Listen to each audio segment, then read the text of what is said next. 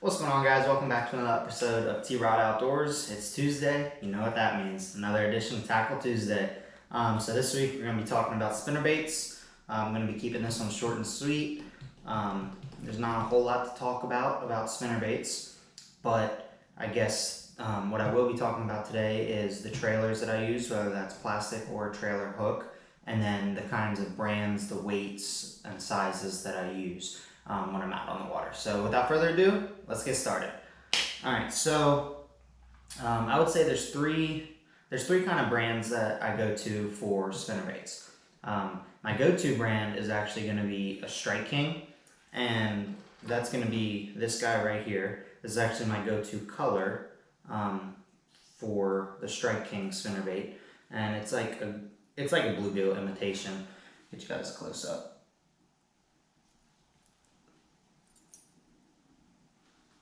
Okay, and the thing that I really like about these Strike King ones is that their skirt is extra long and it already comes with a trailer hook. So I don't run a plastic trailer on any of the Strike King ones because they come with a trailer hook, which is, I like to do that sometimes when those fish are being finicky and they're short striking regular spinnerbait. When I have a paddle tail on it, I'll throw one of these and try to get them with that trailer hook. So my two main colors from the Strike King are going to be this green pumpkin. It's almost like a perch color. It reminds me of the Z-Man chatterbait perch color, but I believe Strike King calls it bluegill or like natural gill. So we have that one. This is going to be in a 3/8 ounce. I try to stay around the 3/8 ounce mark for these larger spinnerbaits. The other go-to color for my Strike King spinnerbait is going to be this orange color.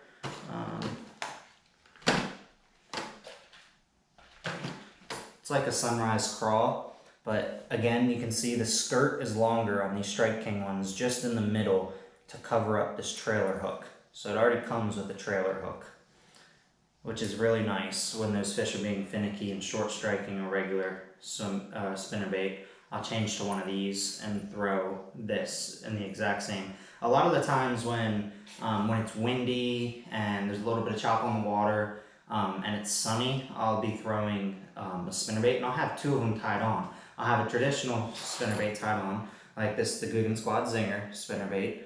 I'll have one of these tied on, and then I'll also have one of these tied on a different rod, and I'll be throwing different colors to kind of see what the fish want that day, whether the color is going to matter or if having a trailer hook or paddle-tailed swim bait is going to be sufficient. So those are the two Strike King ones that are my go-to for using. I also use Booyah spinnerbaits here and there. I think some of them came in a mystery tackle box, and I liked them, so I went ahead and picked a couple up. This is a gold gill one from Booyah, and I am running a treble hook on that. And this blade combination, there is one willow blade and one Colorado blade. This is 3/8 ounce as well. Pretty much all of my spinnerbaits are 3/8 ounce. I think I have one or two 1/2 inch spinnerbaits, or like 1/2 ounce spinnerbaits. Yeah, only one or two 1/2 ounce spinnerbaits, and then the rest of them are going to be 3/8 ounce, and then I have one that's a 1/4 ounce for the finesse style spinnerbait. So this one I really like to throw in sunny conditions because the flash of this gold blade going through the water on sunny days is very good. I chose to throw a trailer hook on it, but you can always just slide these on and off, and I can throw a trailer on it if I want to. This is just a trailer hook. I put this on it myself. Booyah's spinnerbaits do not come with a trailer hook, but it was one of those times where the fish were being finicky and I still wanted to throw the gold one, so I went ahead and just took the plastic off and put a trailer hook on. This is the only Booyah spinnerbait that I have right now. I don't even have any more on the bait wall. But this is the only Booyah spinnerbait in my tackle box right now. Next, we can go ahead and talk about underspin. I know it's supposed to be all about spinnerbaits, but underspin is basically the same concept. It's just a little more finesse style concept because the blade is going to be underneath and it's going to be a lot smaller of a presentation than throwing something like this. So you can see the size comparison difference between the two baits. And if those fish are being finicky, they might like the underspin because it still gives the illusion that it's schooling bait fish because of this willow blade right here. But in reality, it's just your bait going through the water and it's still imitating those bait fish. Next, we can talk about this, my 2 1/4 ounce spinnerbaits. Get the other one out. They're both Booyah spinnerbaits. One of them is black and blue, and one of them is black and red. They're 1/4 ounce. They're very small.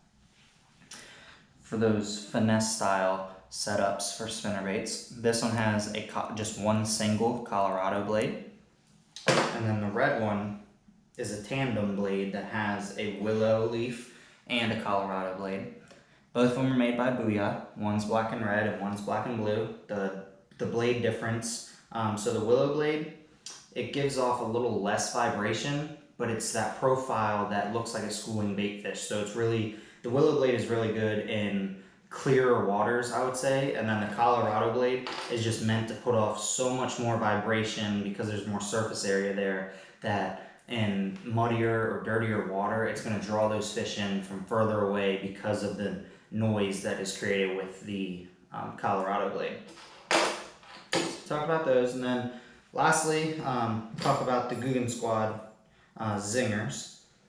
So I have 2 of them right now in my box. I got to restock them with what I have on the wall, but I have a Sunrise Crawl, and that's 3/8 ounce. Says it right there on the bottom.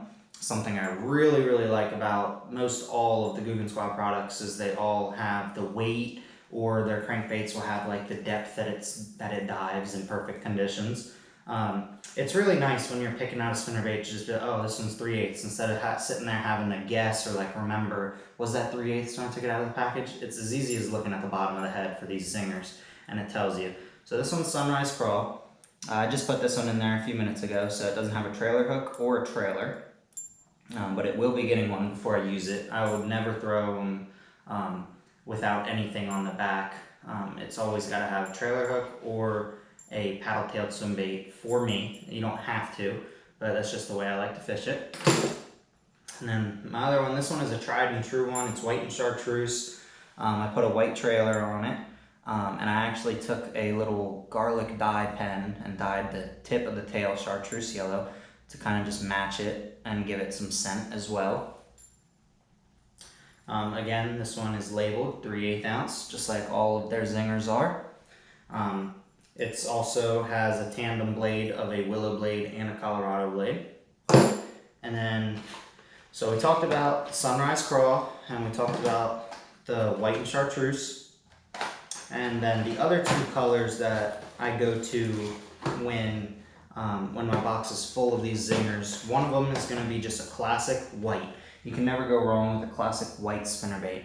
That's caught so many big fish over the years for me, and it's just tried and true, the white spinnerbait. Bass love it. I don't know why. Then the other one is going to be the bluegill. Like I said, I love throwing the Strike King bluegill.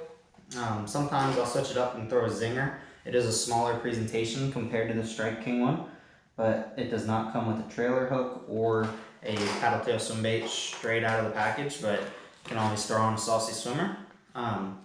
So since I'm talking about them, the Saucy Swimmers are my go-to trailer. When I'm not throwing a trailer hook, I will be throwing a Saucy Swimmer on the back of them. I really like the action that the paddle tail gives off on a spinnerbait, as well as a little bit of thump in the water.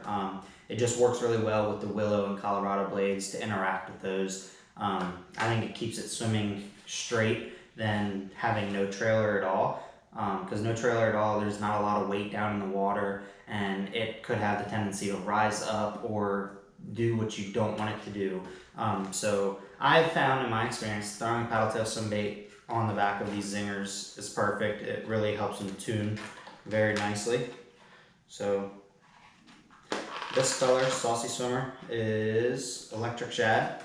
I really like throwing this one on the back of a bluegill zinger. So the top is like green pumpkin, and then the bottom is like a translucent clear with blue and purple flakes.